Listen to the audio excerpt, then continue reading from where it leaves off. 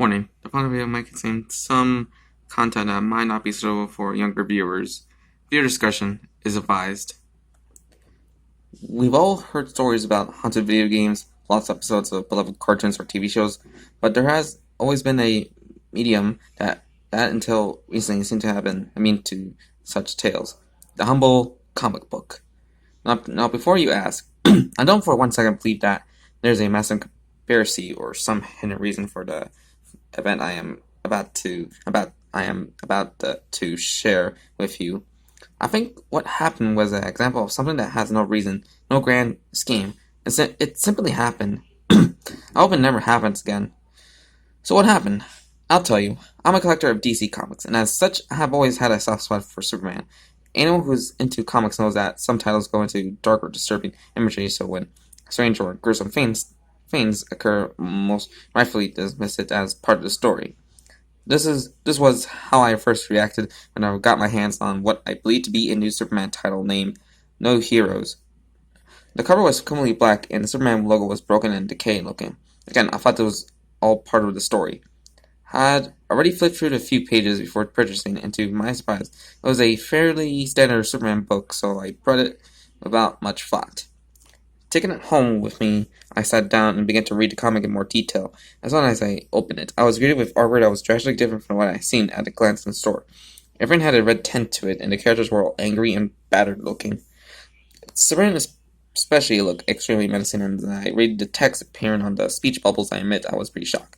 It was not marked as a mature title, and DC had until very recently been pretty uptight about how Superman was, and it was not to be betrayed, making what I read pretty confusing, to say the least. Heroes aren't real. It's all fake. Everyone's a frickin' lie. People aren't going to save you. They'll watch you bleed. You deserve to die. Life is a fatal disease, which slowly eats us away. You're not perfect. You're no hero.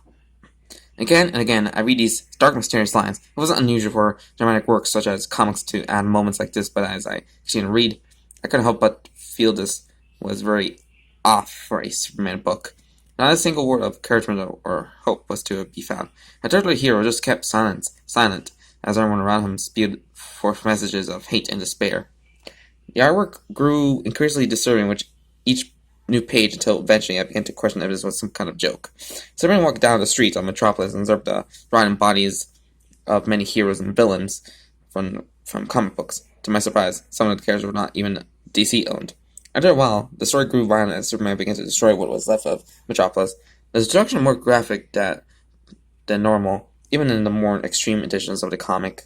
So when Metropolis was destroyed, and a 2-page panel depicted the carnage, bodies laying on the street, what looked like children impaled on spikes formed by debris, and figures hanging lifelessly from nooses tied to street lamps and signposts. Finally, the comic ended with a full panel page of Superman, standing directly ahead as if looking to the reader. A speech bubble prominently stating, "For years, you watched us suffer. Now it's your turn, hero." I didn't quite understand what that meant, and at the time, I was still a bit disturbed by the whole comic, so promptly put the faint away, and never give it a second glance. After such a horrid comic, I decided I needed a change of pace, so I got out one of my old Batman comics, the old and goofy version of the Dark Knight most people hate, but I somewhat ashamedly have always rather enjoyed. I read the comic. It's old humor and camp style, a refreshing difference from the horrors and misery of No Heroes. It was how I always remember classic DC. Fun and enjoyable.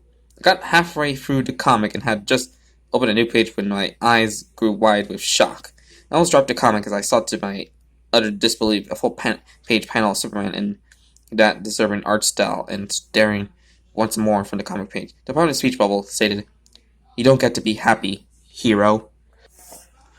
So that was Superman No Heroes, a comic book creepypasta, and my thoughts on it, it's actually surprisingly pretty good. Since it's like one of those classic creepypastas, where they didn't go for the hyper-realistic blood and such.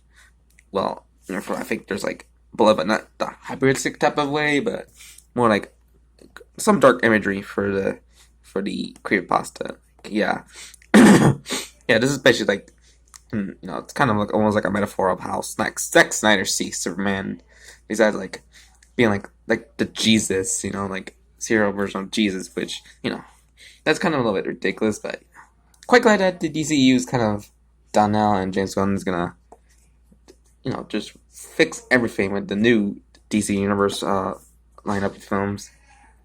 So yeah, and also the part where where the Batman comic just suddenly turned to the full page panel of Superman in that disturbing art style is kind of it's rather unexpectedly unsettling. Like just imagine like reading like an innocent comic and then bam, some disturbing imagery right there. Like goddamn. And everything else, it's actually kind of a good but kind of spooky read. So yeah. Anywho, guys, I hope you guys enjoyed this Creepypasta reading video, and see you like next week for another one, hopefully. So like and comment this video and subscribe more content. So this is Mr. Freddy here, and I hope you have a very good day. So bye bye.